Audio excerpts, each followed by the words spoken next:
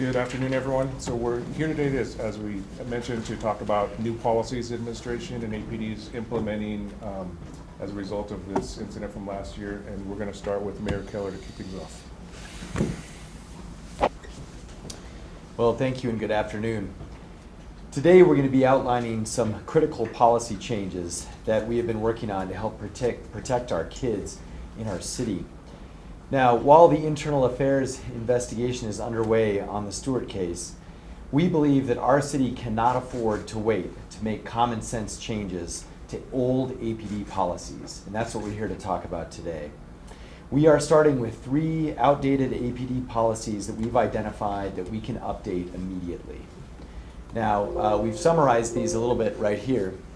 If we can, maybe not. There we go. So there's 3 categories that we're looking at here, and what we've outlined is the type of policy. This has to do with interactions with children in terms of abuse and neglect. We're also talking about collecting material at a scene, and then also our integration with the CYFD database. And if you look at this, you can see the old policies here, and we're going to go into detail in terms of the specific changes that we're making that were not the case until the executive orders that the chief is going to sign today. Now, we also have been looking at information regarding the 2014 Child Abuse Task Force that took place, of course, several years ago. We dug into the details of this, and it turns out that while this was well-intentioned, I think unfortunately there was not a lot of follow-through with respect to that task force. And as a result, our officers were left without clear guidance, and no clear-cut policy changes were really implemented. And our Deputy Chief Gonzalez is going to speak to that in just a minute. So today, we are going further than first base. We are taking action to actually make changes inside APD.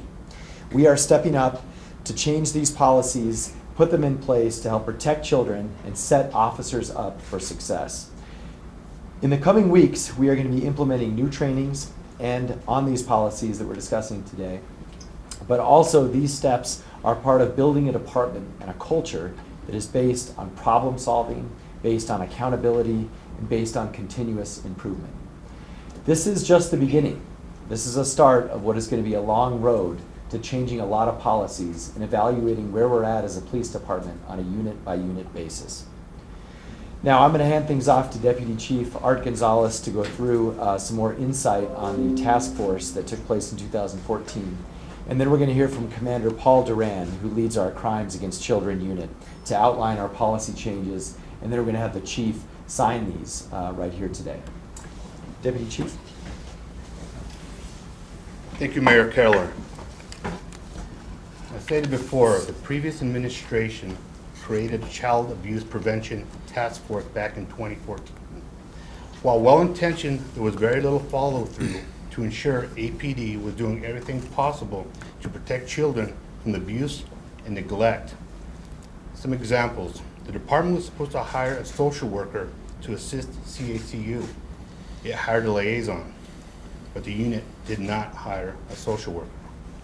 APD was to provide ongoing supervisory and leadership training. That has not been fully implemented. Experts were supposed to train APD on forensic interviewing, techniques, and the investigation process as a whole. This did not happen.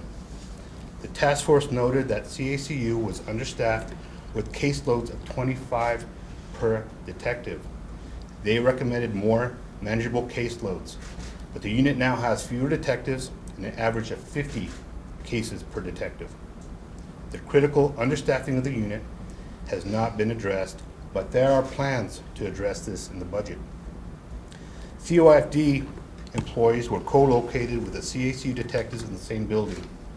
That was supposed to make the sharing of information between the departments easier, but improving coordination between APD and our law enforcement officers must get better. Even when recommendations would follow through, there seemed to be no urgency. One recommendation was to change APD's dispatch system to add child abuse codes. This makes it easier to track and document calls for child neglect as well as child abuse. This administration made this change a top priority, and Chief Geier made that change during his first months while on the job. This is very important because we saw in the Stewart case, the officer would dispatch to a welfare check when it should have been a child abuse and neglect call. Changing the dispatch codes was also supposed to allow the real-time crime center to analyze child abuse and neglect calls and connect the dots, which clearly, unfortunately, did not happen within this case. The task force also recommended advanced training for 40 patrol officers, so officers in the field would have more tools to identify signs of child abuse and neglect when they respond to these particular calls. We now have 50 officers known as care officers. We are set to train another 50. Our goal is to provide these specialized trainings to all patrol officers. As a new deputy chief who now oversees these units, after the reorganization back in December, I am responsible for making sure we stay focused going forward. Now, Commander Duran is going to talk about the new policies that we think are going to make an immediate difference for the child abuse cases. Commander? Thank you, Deputy Chief. So I'll be talking about the update to the 3 policies today. First policy that we're updating is the video footage retention policy. In the past, we did not have video of interactions between crimes against children detectives and the family the morning of November 15th. That's because those videos were only retained for 120 days under the policy at the time. There was no case generated as a result of the call that day, therefore videos were not kept. The 100-day policy at that time stated that officers, if they had no case to document, they would tag the videos as 120-day deletion, and that's what happened in this case. This new policy will ensure the video footage is retained in the system until the statute of limitations expires. We will now require all officers to tag the video footage in our storage system as evidentiary. The policy change assures that the video footage can be used in any subsequent criminal prosecution. The second policy that we're updating is gathering and retention of potential criminal evidence in child abuse and neglect matters. There should be no more confusion about the collection of potential evidence when officers investigate allegations of child abuse or neglect, including child welfare checks. Until now, we did not have a specific policy dealing with the unique issues related to evidence that came up in child abuse cases. Child abuse and neglect cases are different because CYFD is often involved, and there may be parallel proceedings for removing the children of civil abuse cases. Without clear guidance in the past, the department did not give clear instructions on when it was allowed or expected to tag items into evidence when the crime had not been reported. As we saw with last year's incident, the field officer called the detective to get guidance on the evidence. From now on, we will have a policy that does the following. It will direct all officers with the reasonable suspicion of a crime involving child abuse or neglect to collect and preserve all items of possible evidentiary value. The officer will immediately notify the appropriate on-call detective, unit, or supervisor. The officer will collect the items regardless of whether the incident is considered a crime scene or a crime is reported. If a crime has not been reported, the evidence will be stored using a unique numerical identifier for a non-reported crime and retained until the statute of limitation period expires. The goal of the policy is to ensure or assure the evidence of ongoing abuse or neglect of a child, which may not be self-evident at the time, is preserved for future criminal prosecution of any offender. The final update to our third policy is use of crimes against children, case management system, and CYFD law enforcement portal. Until now, there's been no APD-wide policy that requires officers to use the real-time crime center to access the crimes against children and CYFD portal when they take a call regarding a child or children. The previous APD administration sent out a memo, but it only went from the director of the RTCC to a handful of bridge staff.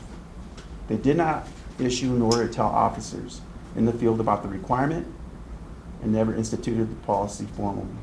So when that memo went out from the director of the RTCC to the bridge personnel basically are the personnel that work and monitor the radio communications for our department, and therefore the field is never notified or made aware of the communication or access that the RTCC have.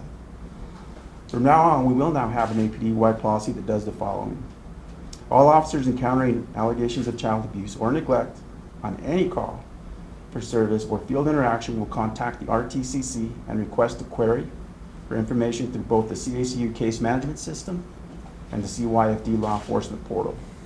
This will ensure all officers are aware of child or family's history with CYFD or APD CACU detectives. This will help the officers to make an informed decision. That's the 3 updated policies that we feel take us forward into the future.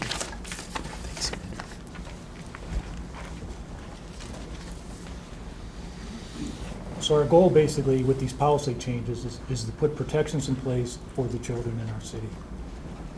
Back in 2007, when I was first assigned as a violent crimes and juvenile crimes commander, I was also assigned to the Family Advocacy Center. And contained therein is our Crimes Against Children unit and many of the advocate groups that work to help the children in many instances of child abuse, neglect, and other cases involving crimes against them. We learned back then that the key to success was the partnerships, and that these groups no longer operated in silos. We worked together, and whether it was with Para Los Niños, who was on site, CYFD, All Face, who was off-site but worked very closely with us with the forensic interviews, even the juvenile district attorney. There were regular meetings and these MDTs, the multidisciplinary team group meetings that they had monthly to discuss cases and review better practices or best practices to make sure that we were doing everything we could. So now coming, fast forward to 2018, we're looking at some of the same challenges. And so we've already made some changes, as Deputy Chief Gonzalez has made. We've reviewed the task force. One of the key areas in that is that we have done is supervisory training and supervisory development, which was identified as a shortcoming back then, and we actually are on top of that, and we're going to continue with that effort. So we're now giving the officers the resources and directions they need to make the best possible decisions about the welfare of kids in our community. We need that system in place to help officers succeed at protecting the kids. We're also going to ensure that all officers are trained on these new policies so they know exactly what's expected of them when they are dealing with kids and families. There should be no doubt when they go to these calls. Together with our partners in law enforcement, CYFD, and the courts, we need to put in place a better system that doesn't let any child fall through the cracks.